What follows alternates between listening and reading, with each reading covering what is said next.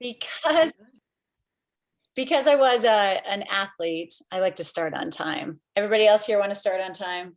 We have 30% participants. I know it's going to keep growing, so hopefully everybody joins soon. And then we have these amazing panelists that are ready to chat, but I'm going to just go through a little bit of housekeeping in the very beginning. So I'll introduce myself. Good morning, I'm Summer Sanders. I'm the moderator for today's panel discussion, which is has the amazing title of Breaking Through 50 Years of Title IX. I want to thank the Louisville Sports Commission for putting on this event. 50 years to the day that President Richard Nixon signed into law, federal law, this important legislation. It reads, no person in the United States shall, on the basis of sex, be excluded from participation in, be denied the benefits of, or be subjected to discrimination under any education program or activity receiving federal financial assistance. Those amazing and powerful 37 words continue to foster a sea change and opportunity for girls and women in sports in this country. In 1972, just over 300,000 girls were participating in sports in high schools nationwide. Very few high schools sanctioned sports championships for girls.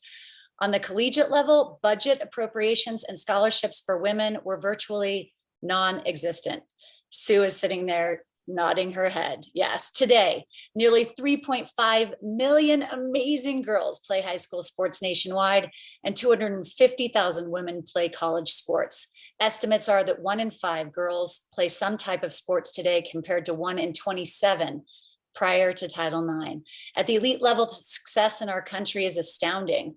Equal opportunities for women in high school and college sports have created a foundation for Olympic excellence. We have seen it, right? In the 2020 Tokyo Olympics, the US finished with 66 medals in women's events, the most ever for any nation. In 1972, there were no Olympic basketball or cycling events for women, and there was no NCAA women's volleyball. All sports where the US women won gold in 2020. And take a moment and listen to the words from US Olympic and Paralympic Committee CEO Sarah Hirshland. The strength of Team USA in Tokyo was on the backs of our female athletes, many of whom competed in college.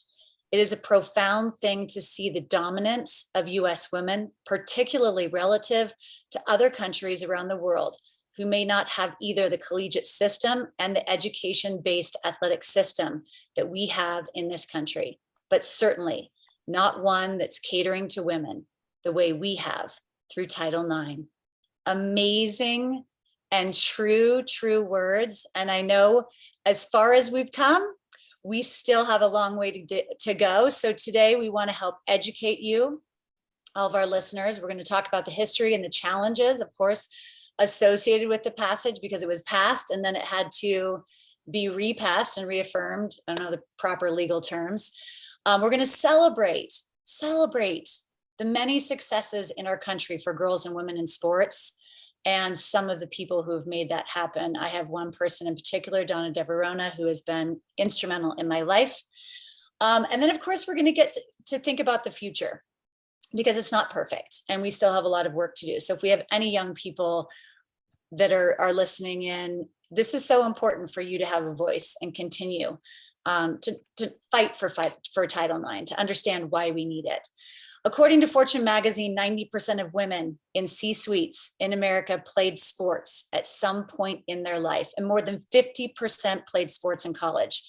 I would like to introduce Kristen Bird, CEO of PNC Bank Kentucky and a former Division III soccer player at Transylvania University in Kentucky. PNC Bank is the underwriter for today's panel discussion. Kristen? Thank you, Summer. And on behalf of PNC, I'd like to thank today's panelists and everyone listening in as we commemorate this important milestone. PNC Bank is underwriting today's event because we are committed to achieving equity for all.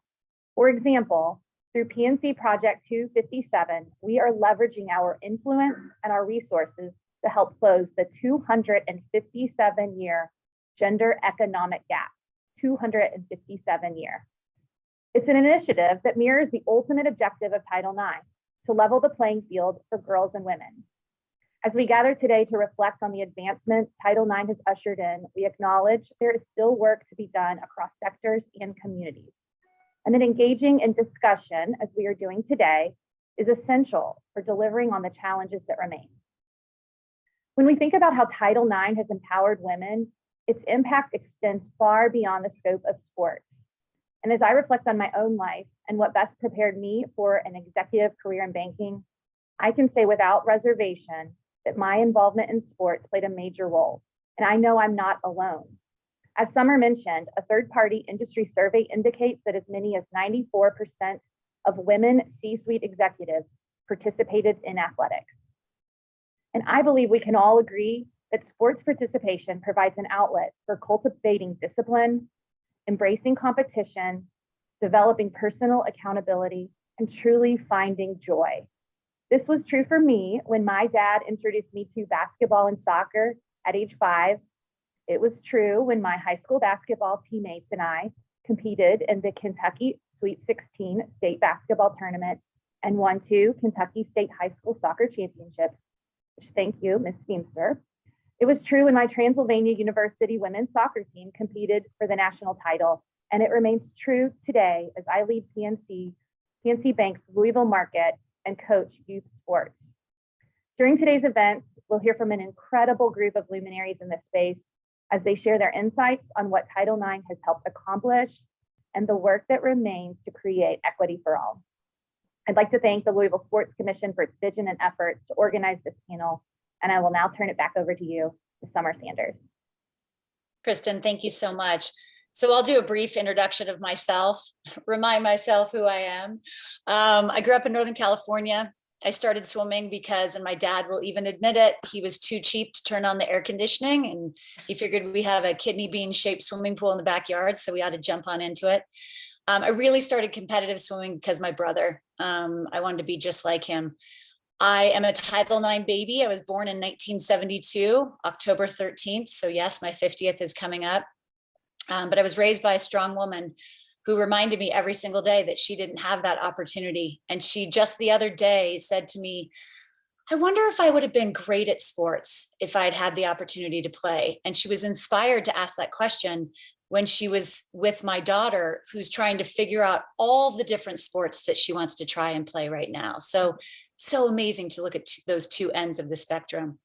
I won 4 medals in the Olympics, 2 golds, a silver, and a bronze. I love them all equally. I've been working in television for the past 30 years. And right now, and the reason why I'm with you guys today is because of Carl and my connection with an award-winning show that I'm a part of called We Need to Talk on CBS Sports Network. I'm beyond excited to host this panel today, but let's meet the panel because they've been waiting so long. So first up, we have Coach Jeff Walz, head women's basketball coach at the University of Louisville, and he is joining us from Belgium. We have Maya McClendon, former NCAA Division I volleyball player. She has the best smile and the founder of a mental health app for athletes. Sue Feemster, a true pioneer in women's sports in Kentucky and nationally, and I cannot wait to dive into her stories. And then, of course, Christine Brennan, who's been covering sports as a journalist since the mid-1980s. That's all that's written, Christine. I know you for like, if I want to read anything that is like, let's get gritty and let's learn about something, you read Christine Brennan.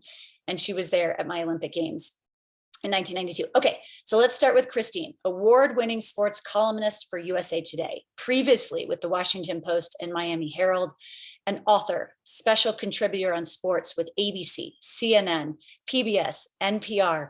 Christine, you've covered the past 20 Olympic Games. Amazing, right? When you hear that being said, both summer and winter. I know summer is your favorite. I'm just kidding. Yet for several decades, you've also covered so many issues. And this is what I'm talking about. She has been brave and bold to cover issues that impact sports that take place off of the playing fields. Christine, I'm going to direct this first question to you because I think it is very important to understand the legislation, right? Richard Nixon signs this into law. How does it become implemented and how difficult was that? So take us through the legal ramifications of the signing of Title IX. Well, thanks, Summer, and hello, everybody. Great to be on the panel with all of you, and many of you are friends and people who have taken my calls over the years. Jeff, I'm looking at you and others, and of course, Carl forever. So going back to those Miami days. So thanks to one and all, and congratulations on all that you've done. As I said, an honor to be here. And Summer, of course, covering you every step of the way in Barcelona 30 years ago. That's the anniversary we should be celebrating, right? 30th anniversary of Summer's Golds and her accomplishments as a clean athlete in a sport that was obviously being plunged into the depths of steroid use. And so congrats, Summer, to you and your career. It's been a delight to watch. And really, you know, by talking about you, in many ways, that's the answer about Title IX. You know, it was signed 50 years ago today by Richard Nixon. It was at the time the government and the administration, the Nixon administration, were looking into federal funding mostly for med schools and law schools. The idea was, if they're taking federal funds, how can they discriminate against women who want to be doctors or lawyers? Now, many law schools and med schools are more than 50% women. You know, another 20, 30 years, you're going to have to say, I have a male doctor, because it will be so unusual, because most of your doctors will be women. Maybe 100 years, you know, 50 years more from now, who knows? But that's happening for sure. And then it was looked at over the course of, say, about a decade, Summer, as what about sports? Does this pertain to sports, high school and college sports? As, of course, we know the answer now. Yes, it sure does.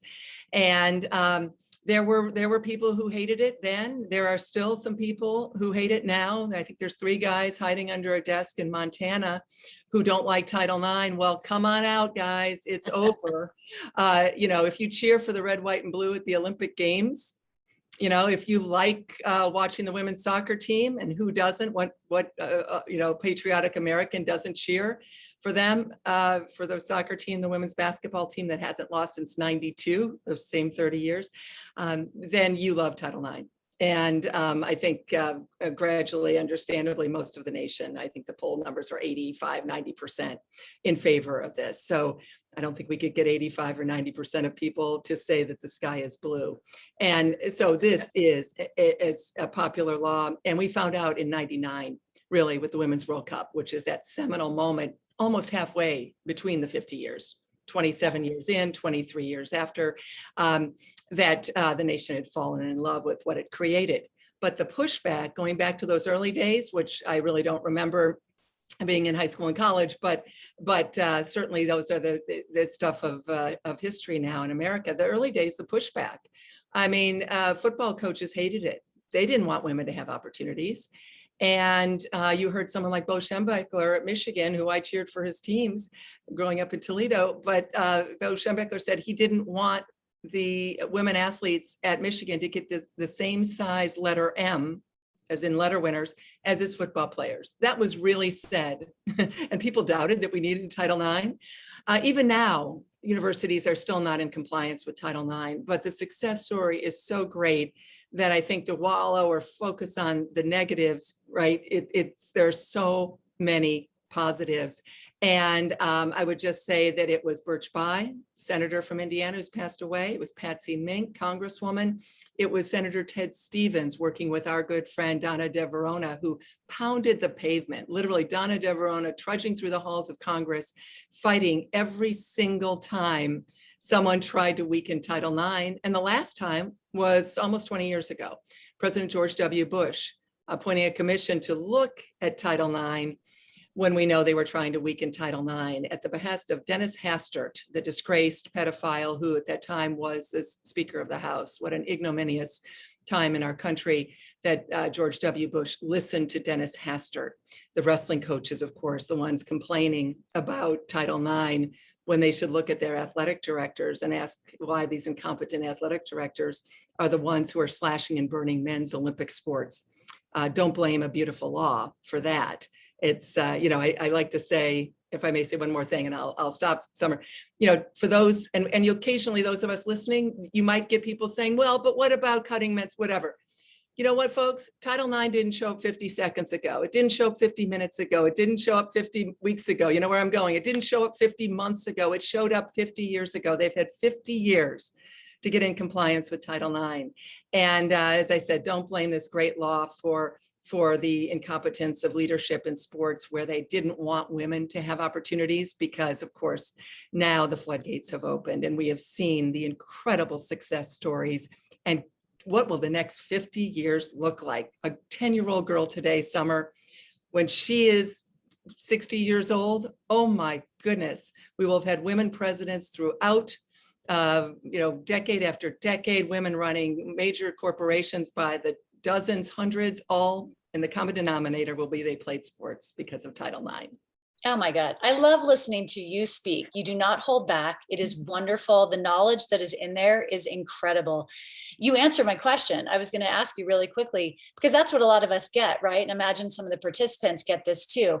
Oh, but what about all those smaller male sports, which I care about a great deal because that's a feeder for the Olympics on the male side. What about all those smaller male sports? Title IX is killing them. What is our one sentence response to that? And I would say again, it's a very significant question. And I know we all agree that we don't want to lose those sports, right? You don't want to lose men's golf. You don't want to lose men's swimming, men's track and field. Those are sports tragedies when those are cut. There's not one woman out there that wants to, fighting for Title IX, that wants to lose any of that. But that again, I mean, have you ever thought of a law that is so kind and easy to be in compliance with, that one of the 3 ways to be in compliance is that you're showing you're working towards being in compliance with Title IX? Could you imagine that with civil rights legislation? Right. No one has ever been thrown in jail because of Title IX. So these athletic directors need to get with the plan, and they need to understand, and thankfully now, and others can talk to this probably even better than I can, Summer, but thankfully now we don't hear those stories about the slashing and burning of men's Olympic sports as much as we did, say, 10, 15 years ago. That is a victory too. That shows that we're coming to some kind of a wonderful stability, even though, again, schools are spending, USA Today found, only 71 cents for women compared to $1 for men, obviously over the course of millions of dollars. And so, it's still not there yet, but the success story is so remarkable, take the victory and run, so to speak. I do think, though, that again, how you answer it is that it's 85, 90% people love women's sports, want their daughters and their granddaughters and the girl next door to be playing sports. We've realized that whatever that girl's going to be that you see in the kitchen every morning, a doctor, a lawyer, a mom, a professor, a business person, a media person, a combination thereof, she will be better at it because she played sports. And so, Absolutely. yes, so I Absolutely. think that's what you say, but no one wanted those men's sports to be cut. And thankfully, they're not being cut the way they were back in, say, again, 10, 15 years ago, which really was a sports tragedy. Absolutely. We have to get people thinking differently and finding solutions in a different way. Okay, Christine, amazing. We're going to come back to you when we have follow-up questions a little bit later on, but now we get to move on to Sue Feimster.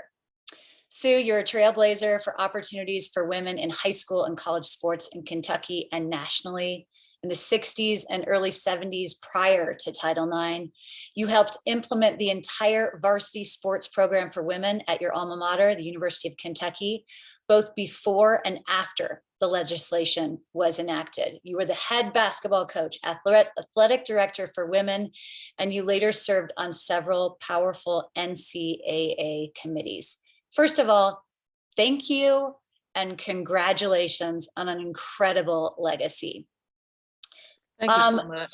Yeah, give us a sense, take us back, because as I said, I'm a Title IX baby. I was afforded the opportunity because of the work of you. Maya, I'm sure, feels that exact same way. Kristen feels the exact same way. Give us a sense of what it was like for female high school and college students in the 60s who wanted to play sports. Well, first of all, thank you so much. And thanks everyone for joining this discussion today. You're telling my age now when you go back to the 60s, but that's okay. I'm still around. When I was in high school in Kentucky, we had one sport, tennis. And so I was a tennis player, but I had played tennis and baseball and softball and fished and hunted because my parents were outdoorsmen, and my mother played in the very last Kentucky High School basketball championship way back in 1932. So when I went to UK, I was in charge originally of intramurals and club sports. Unfortunately, we didn't have varsity sports at that time in the early 70s when I went to UK. And I was given the opportunity to fly to which I'd never been on a flight before. One of my great joys of being on my first airplane flight, to go to Minneapolis, Minnesota, to a national AFER convention. And it was there I learned about Title IX, and I knew immediately what it could do. I just didn't know how long it was going to take to do it. That was my, to my dismay. I thought change would happen just like that. But as it was, we did change things at the university, in the Southeastern Conference, and around the country, and in the high schools at Kentucky. One of the most important things that I want to state, and Christine touched on this, when we started women's athletics at UK as a varsity program, we took a look at the men's varsity program and found out that there were only two head coaches that were full-time at Kentucky, the basketball coach and the football coach. None of the other men's sports, none, had a full-time coach. They didn't have full complements of scholarships. So in this case, Title IX worked for the men at Kentucky.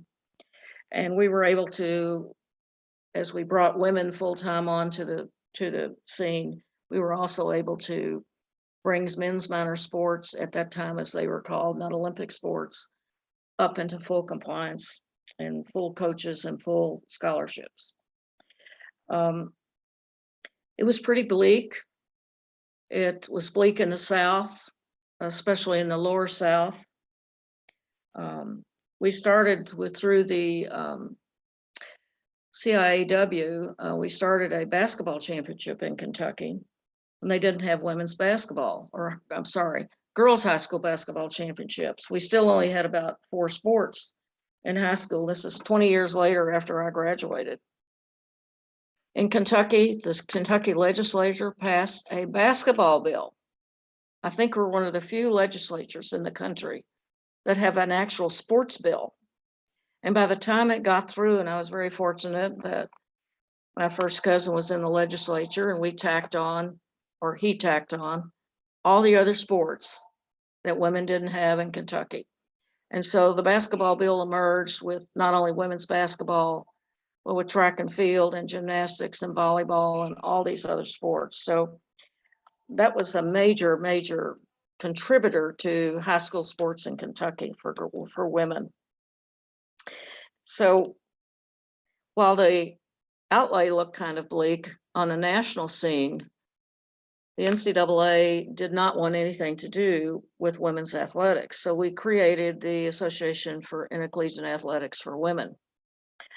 And out of that grew our eventual merger with NCAA. And there are lots of tales to tell with that. And but I'll leave that to Christine to tell those tales. She knows them well. I think the thing that I have learned the most over these last 50 years is that change sometimes is not quick, even though in sports it's probably quicker than any other academic area. And secondly, that we must remain vigilant. I think out of the 1,000+ NCAA schools, very few, if any, are in full compliance with NCAA's, with the Title IX requirements. That seems to have been okay for the first 50 years, but it cannot be okay for the second 50 years. We must change that. And one of my players that played basketball for me, she was a first recipient of a scholarship at UK from a large Catholic family that was on work studies. While she was at UK, her senior year, Seal Berry, which you all know is a famous coach from Colorado, from Louisville, Jeff's nodding his head. Seal has gone to, as an Olympian, coached the team, taken her teams to the Final 8s, Final 4s, And she told me, even today, 50 years later, I sit in meetings where I have to guard Title IX every day. Now, SEAL's retired, but let's hope that in the next 10 years, we don't have to hear that. Let's hope that we can combine all of our resources and make Title IX a true reality for women and for men. Exactly. Sue, so well said. I have about 1,000 follow-up questions, but we're going to come back to that. We're going to move on now to Maya. Maya McClendon, you come from a sports family. Your father, Roger, was a standout basketball player at the University of Cincinnati, and your sister, Deja, was a star volleyball player at Penn State and now plays professionally in Europe. As I already said, your face just lights up when you talk about things you love. You were a highly recruited volleyball player out of high school, numerous time AAU All-American, played for the U.S. junior national team, and a star at the University of Louisville, Conference Freshman of the Year, all ACC, led your teams to conference championships, I've known you for 40 minutes, 50 minutes now, and I already can tell that you are a true leader. Sue, whether or not you knew that you had the voice to be bold and brave and hop on all those committees and make change, or whether you were in a position where you felt like you had to do it, Maya, you are born to be a leader. I can already tell that. Okay. So let's turn the clock back to your younger days, even though you're already young. Let's think about the opportunities you had playing in elementary school, middle school, high school, early 2000s, early aughts. Compare the opportunities you had 20 years ago to the world Sue faced in 1960s. I mean, when you hear her stories, what do you think and what do you feel? And then when you look at where we are right now, how do you celebrate that?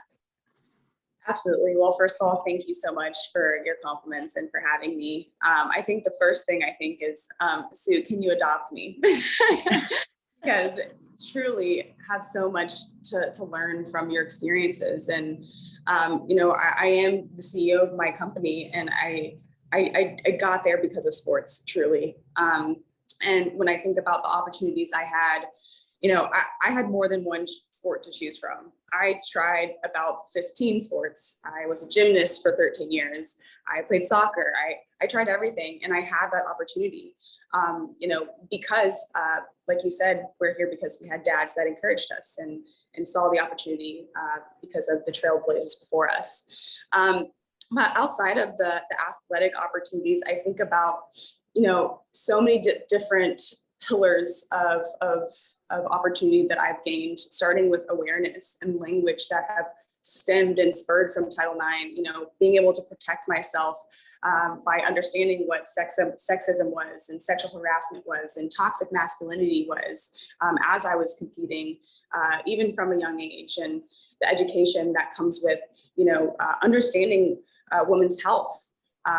Those conversations happened because people had to live them first. I am probably one of the only people that can say, very few people can say that I didn't suffer a major injury, even from a very young age, because I was able to, have that health component of understanding as a woman, how do I, protect myself from an athletic standpoint. But, thank you. I can't say thank you enough. And on top of that, when we get into, careers, the network I've been able to build through other female athletes who have persevered and pushed through and have been self-starters, understanding the intangibles that come with being a competitive athlete and being able to transition that into our post-athletic career, it's invaluable. And it starts with understanding how to work on a team and have a strong, powerful voice and stand up for what we believe in and work towards a common goal. Yeah, Maya, talk about that just a little bit more, because we did mention that, and I think it's important. We would love to see more women in the C-suites. We would love to see more women coaching, whether it's at the youth level all the way up to the university level. What do you think, maybe like 3 or 5 attributes that you learned through sport that have really helped you in the position that you're in right now, which is CEO of your own company?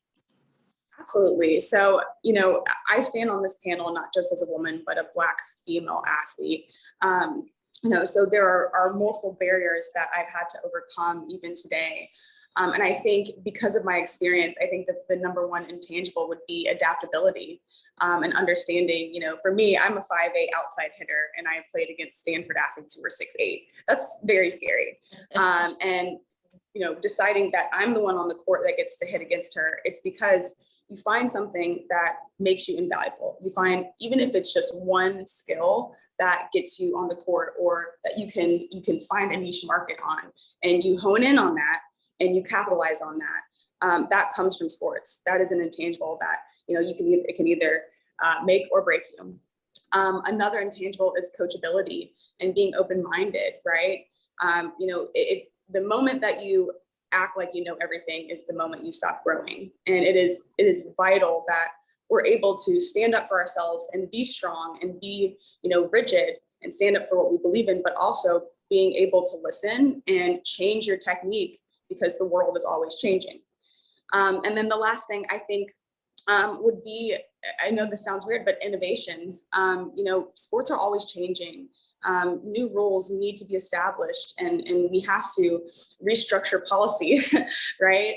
But when we talk about women and innovation, we have to be leading those conversations and leading those policy changes and leading those rule changes, because we have a space, and we have our own game. Just looking at women's volleyball versus men's volleyball, those are two totally different games, and they should be, because we have to continue to innovate.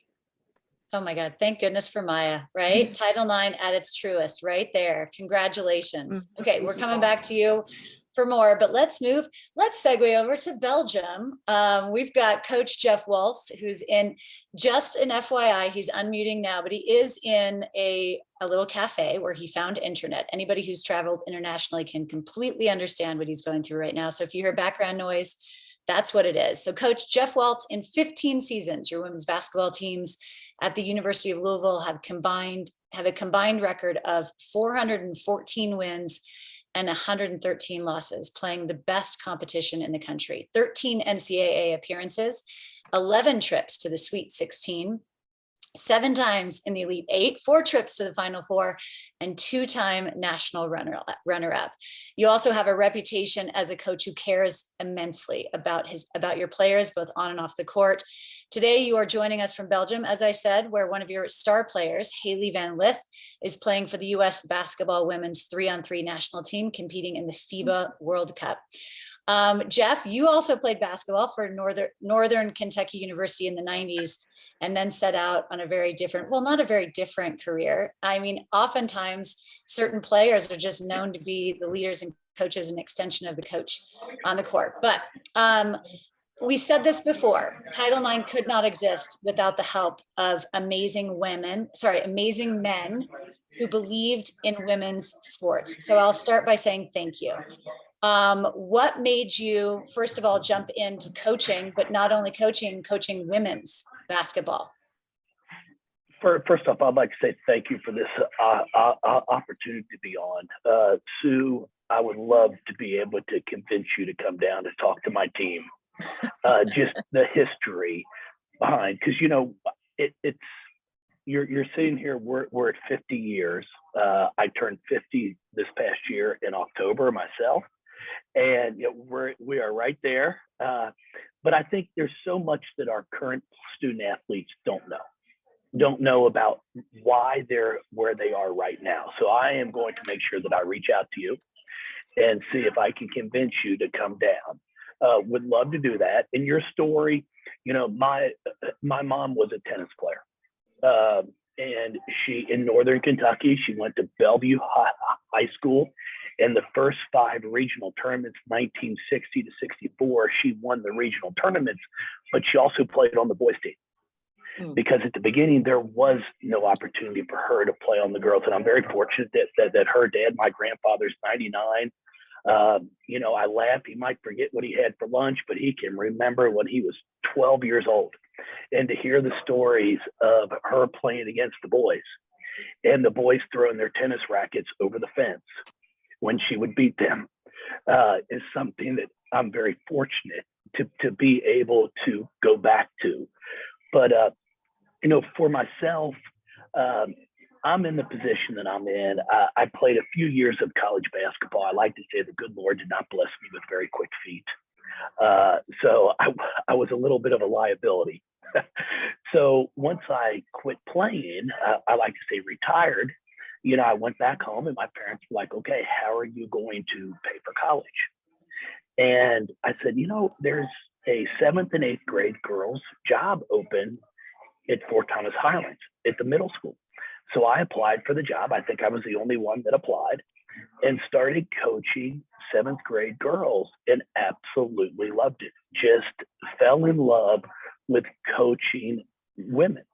The relationships that you're able to build and just to watch them grow. So I did that for 2 years and then convinced my sister, who was National Player of the Year in 1996 out of high school, at the end of her sophomore year, said, would you play for me if I coached an AAU basketball team? And she agreed to it. And we were very fortunate. I was fortunate in the state of Kentucky at that time. Kyra Elsie, who's the head coach at Kentucky, graduated the same year as my sister from high school, had a young lady by the name of Marita Porter that played at Ohio State, Shay Lunsford that played at Western Kentucky, and then Kari Figs, who was the starting point guard at Purdue when they won a national championship, all graduated within 2 years, a year of each other. So I called them all, said, hey, if I put this team, would you guys be willing to play? And they all agreed to it. And that's how I got really into coaching. And I'm Secretary of Education. I planned on teaching. My whole family's educators. And in the state of Kentucky, back in the 90s, once you received your teaching certificate, you had 5 years to start your master's degree, 5 years to finish, or your certificate was void. So I started applying for graduate assistant spots. In Western Kentucky, Paul Sandiford, who just went into the Women's Basketball Hall of Fame a few weeks ago, called me and was like, would you be interested in being a graduate assistant? For me, I was like, I'm in. So I went down there with Paul and was fortunate to do it as 1 year as a graduate assistant, then moved up to be what they called back in those days a restricted earnings coach, as the third assistant, where you're able to make your $12,000 to be a full-time assistant. Right. But I watched Paul. I watched a man who treated his players like they were his own children, loved them like they were his own daughters, but at the same time coached them and demanded the best from them. And worked for 2 years there, then went out to Nebraska for 4 years with Paul, and worked for Bill Byrne at the time was the athletic director, and Bill was pro women. He had a volleyball program where Terry Pettit was the head coach. They were winning national championships. Worked there for 4 years, and then had the opportunity to move to Maryland with Brenda Fries, to Minnesota. I'm sorry, it was Minnesota first, where Chris Folds was our women's athletic director.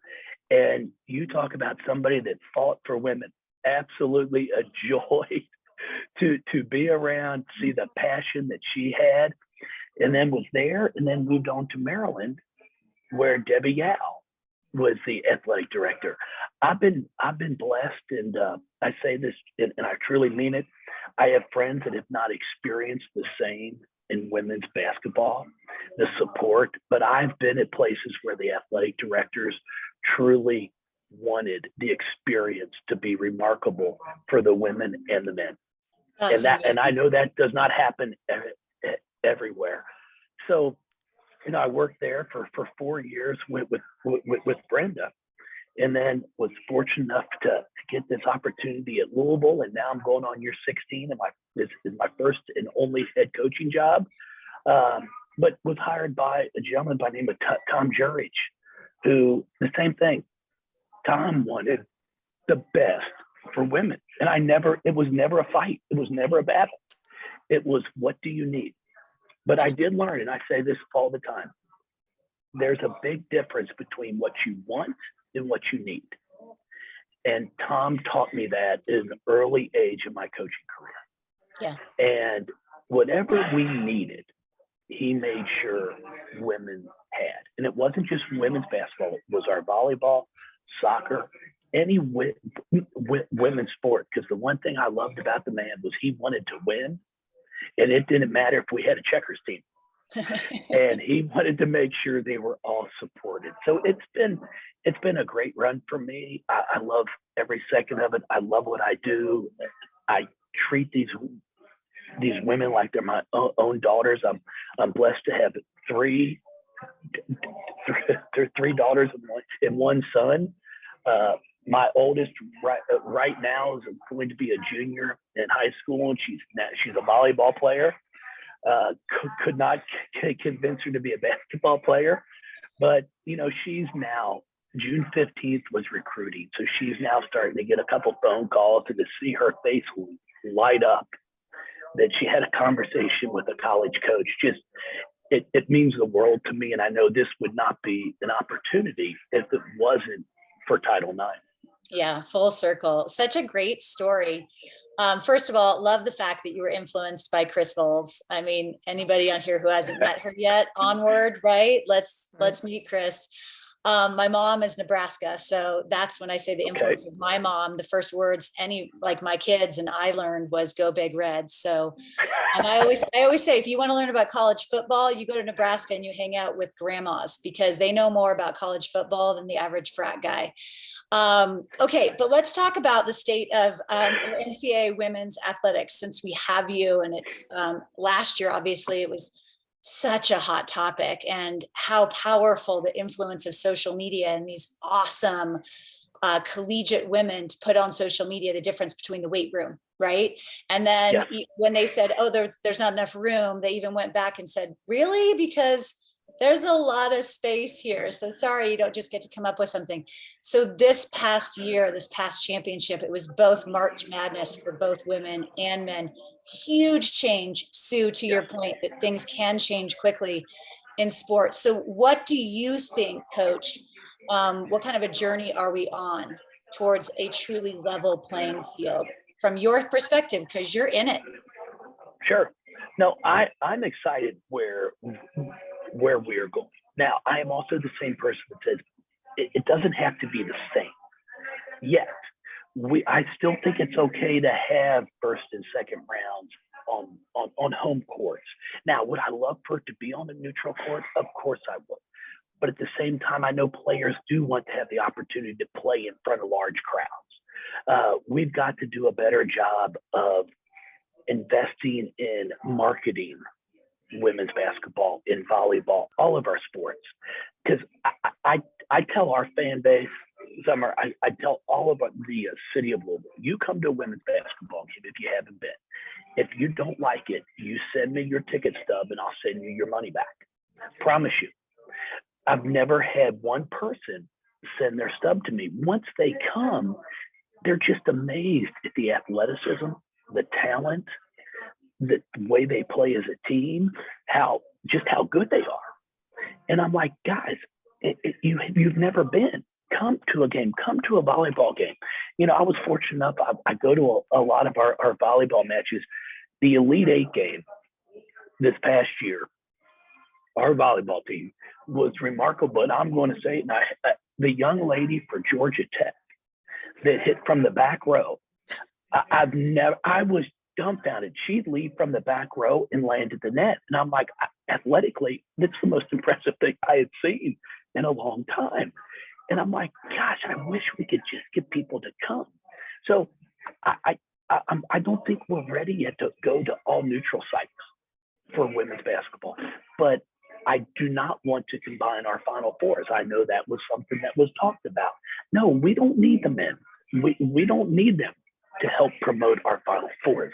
We sell it out already. But there is still growth to be made. There's no question about that. And we Jeff, just really need to quickly, keep fighting.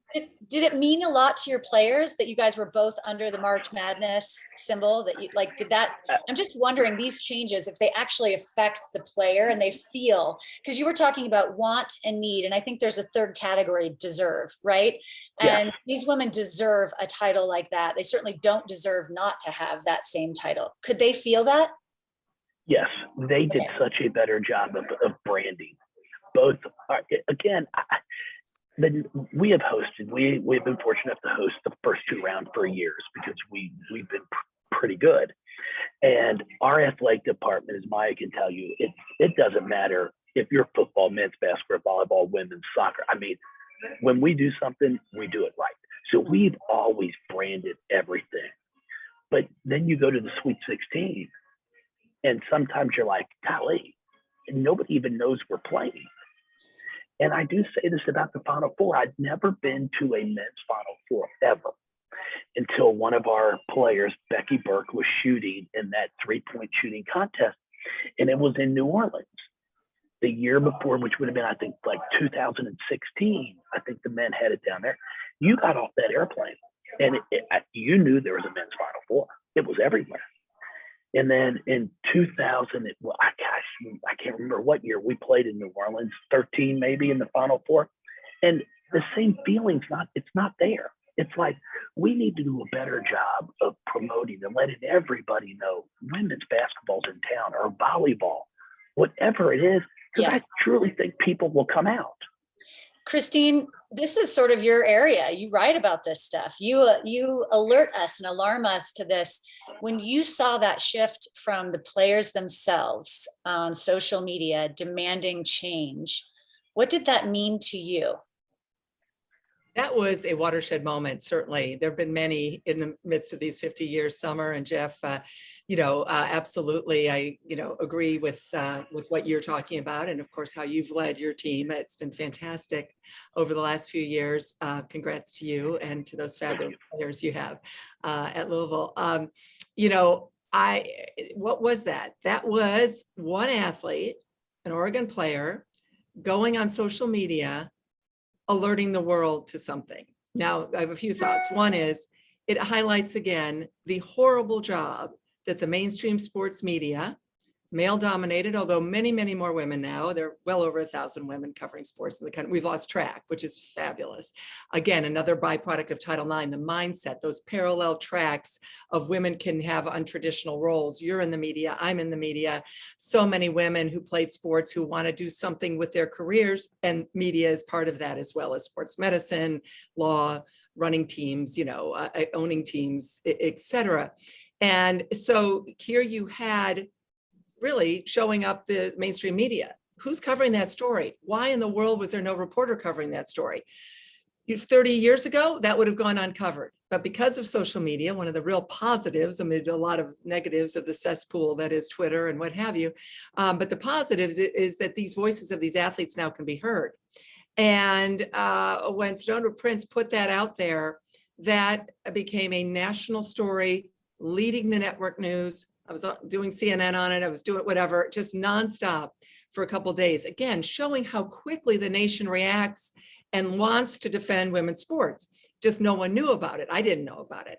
And it was so obvious, of course, what we're talking about, just a couple weights, dumbbells, barbells, and a couple other little things for the women. And then, of course, the massive weight room for the men. And then the media took it from there. Obviously went and ran with it, and it became a huge story, and it led to the fact that March Madness, as you alluded to, that the trademark is now for women as well as men. Unbelievable that it wasn't. The ingrained sexism of the NCAA, appalling and shameful, and will be written in history. The legacy of Mark Emmert, who I personally know and like, but what a disastrous leader he has been. And the fact that you let the women languish and fight for themselves and do a beautiful job of it all those years. Not part of the branding, not part of the marketing, not part of the pot of money that you can get from advertising. That all changed from one Instagram post. Amazing. Yeah. And I encourage, I think one of the things, I'm sure we have people listening, what can they do? If your daughter's high school game is always early in the afternoon, or the first one, and then the boys get the prime time, so to speak, basketball, lacrosse, volleyball, whatever it is, that's against the law, folks. Call a lawyer. If your next door neighbor's a lawyer, get her or him and go to that school and say, cut it out or we're going to sue. I think we accept too much. And that's what we saw with those Oregon women. They said, no, we are going to show this to everyone. And again, look at the reaction. If you're afraid at all, I'm not saying anyone on the call is, but those listening, if you're concerned, like, oh, I don't want to shake things up in my neighborhood. My kid's just starting out in high school sports. I don't want her to, the coach to get mad or the principal to hate us. I get that. get a lawyer, get a friend and have them go, because we are allowing too much of this to continue when the law is on your side, number one, and public opinion is on your side. Yes, the girls deserve equal time. So you flip the times. Gym times should be equal, flipping them again, depending on what's better in terms of afternoon, evening, on and on it goes. Equipment, fields, everything should be equal. And if it's not equal, it's against the law and you have every right to speak up. So I think that's what it showed us. And again, shows the power of these women. We have created fantastic, confident, strong women, just like you, Summer Sanders. And I got it. I had my own personal Title IX, my dad, but I also got that beginning of Title IX. And oh my God, what that means for our nation. This isn't just a law for sports. This is a law for America and how it's changed our country. Yeah, the future is bright, right? And I know, Maya, you want to say something. Do you want to talk on this? You go, girl. You do it. I do. I wanted to take this opportunity, speaking of social media and demands, in 2020, I know the Pac-12 football players came together and talked about their demands when it came to health and safety and rights and NIL. And something that was really beautiful that happened, speaking of men supporting women's sports, those football players recruited me and a couple of other Pac-12 female athletes to draft our own set of demands, taking into account that Title IX needed to be included in that. We were fully aware that there was little to no compliance with Title IX. And the conversations that we had were mostly behind the scenes, but we were able to talk to senators, we were able to talk to professors like Victoria Jackson, who have been studying this for years. And the power of social media is unbelievable. The fact that, there are no rules in NCAA and these governing bodies or institutions that tell us that we can't have a voice about the things that we feel like we deserve. So, another thing that you can do is come together, govern, educate each other. We've been working, the movement didn't last as long as we'd hoped, but seeing NIL, the laws really push forward are substantial. And there's so much more, room for growth, especially for women who, are vulnerable with the new NIL laws. Sue, let's talk again about the changes, right? Because I know we're talking about the changes we'd like to see and the changes that just occurred, but from the very beginning, what's the most significant change that you've seen when it comes to Title IX and opportunities for women in sports? Well, I think the most significant change for anyone across the nation is that sport has produced leadership, and we now have leaders in positions, women in positions nationally in all of our communities. As we've already heard, in C-suites, et cetera, et cetera. But more importantly, we have women that are on city councils and county councils and out there pushing for equal rights and things like that. We have seen at the university, I figured up, getting ready for this call, there were probably 1,500 women during my time at UK, 1,500. And now we're talking about probably 4,000 women that have gone through on scholarships that couldn't have afforded college. We've seen the change in medical schools and law school entrance exams. In all of our graduate programs, women have been admitted, and they're now even more than men in law school and medical school nationwide. Those kinds of things change leadership down the line and change incentives and change the talk that goes around in academic institutions. And I think one of the significant items that you mentioned earlier, Summer, is that when we started Title IX, there were about 300,000 women, girls that participated in high school sports. And now there are over almost 3.5 million participating in high school sports. So while the change wasn't quick enough for me in some instances, we didn't get scholarships right away, for example. To have 3.5 million young high school students coming forward, that means for your bank, Kristen, you look at the opportunity that is economically for everyone. And they're going to go to college and they're probably going to go on scholarship.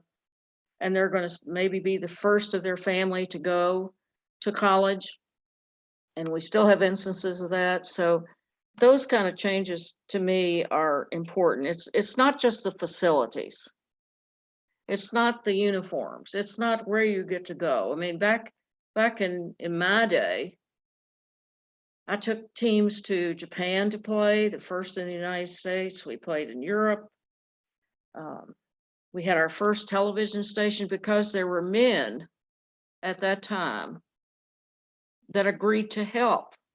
And it's not that there aren't men agreeable to women's sports, but if women's sports have been on television, any one of them, as long as men's sports have been, and people have been watching them, you'd fill up all the time.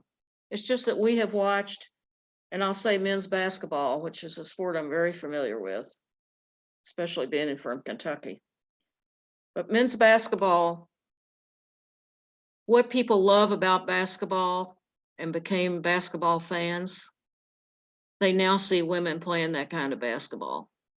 All we have to do now is lower the basket 11 feet, and we will be able to dunk and move and everything else. Those are the changes I see. And Oh, it happens during every Zoom at least once, right? Internet is only so good to a certain point. Oh, Sue hopefully will come back on. Her wisdom is just amazing. Oh, there she is. Okay, good. We lost you for a second, Sue. But you're so right. I think the opportunity, when you look at it, those 3.5 million girls and women playing sports now, they're not only just playing sports, but they're very aware of the way their field should look compared to the baseball field. I say that in particular because my daughter plays softball, and both fields are put together by the city. And one is definitely put together better and quicker and earlier than the other. And so I say to these women, these young women, I say, you go knock on the mayor's door and you knock on the city worker's door, and you just keep knocking until somebody comes out and puts your bases on so that you can start practicing on your field the same time as the men's baseball field. Those are the young women that you helped raise, even though Maya was joking saying, will you be my mom? But you did really help raise. You guys, we are coming to a close here. Quick final thoughts. I do have a quick final thought about the amazing Christine Brennan. Christine Brennan has an award-winning father-daughter memoir, Best Seat in the House, and it is now out on ebook. So we're going to put that in the link. Everybody, please go check it out. I'm going to go get it. You're a phenomenal writer, but I can't wait to hear about you. And this will be really exciting to read a little bit more about who you are and how you became so bold and brave, and appreciate that. So final thoughts. Let's start, Jeff, let's start with you. I just think it's. I know. Here, I jinxed it, right? Well, oh, there he is. You're back. kidding. Go ahead. Can you hear me? Okay, Yes. I just unmuted. Okay. No, I just said, I appreciate the more conversations we have, the more education that we can continue to give people is what we need. And so many of even my student athletes don't realize all they see is what's in front of them. They don't realize what was done 50 years ago to get us to where we are. And I think that's what's so important, is we have to continue the education. And if we can educate the current about the past, then they're going to be able to educate the future, because we don't want to forget about where we came from. Great. Awesome. Maya, final thoughts. I mean, kind of echoing what Jeff said, I'm at another conference here called the Green Sports Alliance Conference about sustainability, and their tagline is playing for the next generation. And I think that's the key, right? I am a scholar. I love to study what the women before me have done, but it has to go past storytelling. It has to be, how do we trade the microphone for the gavel, right? And doing it for the next generation. Even if I'm not going to get NIL, I'm still going to show up for the next generation. Totally. Okay, Christine. There we go. Well, thank you. And thanks to all, really just an honor to be here. The next 50 years of Title IX, we need to do a much better job of reaching urban kids and rural disadvantaged kids. We've nailed the suburbs, right? We look at soccer, right? We've certainly hit the white upper middle class and upper middle class young women and girls. But have we done a great job reaching girls of color, women of color, in underserved communities and rural communities? The answer is no. And Jeff, with all due respect, we love you and we want you to be there forever. We need to have more women coaching women. And I know, Jeff, you actually agree with that as well. Muffet McGraw, Google that. It's about seeing leaders and seeing leaders who look like you for our daughters. Again, all due respect to the wonderful men who coach now. That's not the issue. It's moving forward, of course. And the last thought from me, Summer, today is the greatest day to be a woman in sports in America until tomorrow. Amazing. Okay, Sue, your final thoughts. Well, first of all, I thank you for the opportunity to do this and be with such credible people. And I just want us to remember that as we go into the next 50, and I'll say the next 10, we need to have some goals, and we needed to inspire those goals for this greater education that Jeff is talking about, and maybe optimize social media more, that we can do that, because it's certainly something that sort of galvanized everybody at the basketball tournament when our women didn't have an appropriate workout room. It's incredible to think that. But the other thing is that remain vigilant and let's do something about it. Let's really take action. We all have platforms now. Let's take advantage of it, and let's see that our next generations, the second and third and fourth generations that we're talking to that are out there in high school, have it all, have all of it that they deserve. Amazing. Sue, Christine, Jeff, Maya, thank you so much. Best of luck to all of you in your endeavors. Kristen, thank you so much to you and PNC Bank for helping us put this on. And of course, the Louisville Sports Commission, Carl and company. This far exceeded my expectations. I live for moments like this, where you can connect with people, old friends, new friends, and learn. So don't ever stop learning. Let's all be on the same team and fight for these amazing opportunities so we can listen to young people like Maya, who are making our future so incredibly bright. Thank you all to who joined in on the webinar. Really appreciate it. Thanks for letting me host this and be a part of it. Again, such a pleasure. Happy anniversary, everybody. 50 years. Here's to, as Chris Volz would say, onward to 50 more years. Thanks, you guys.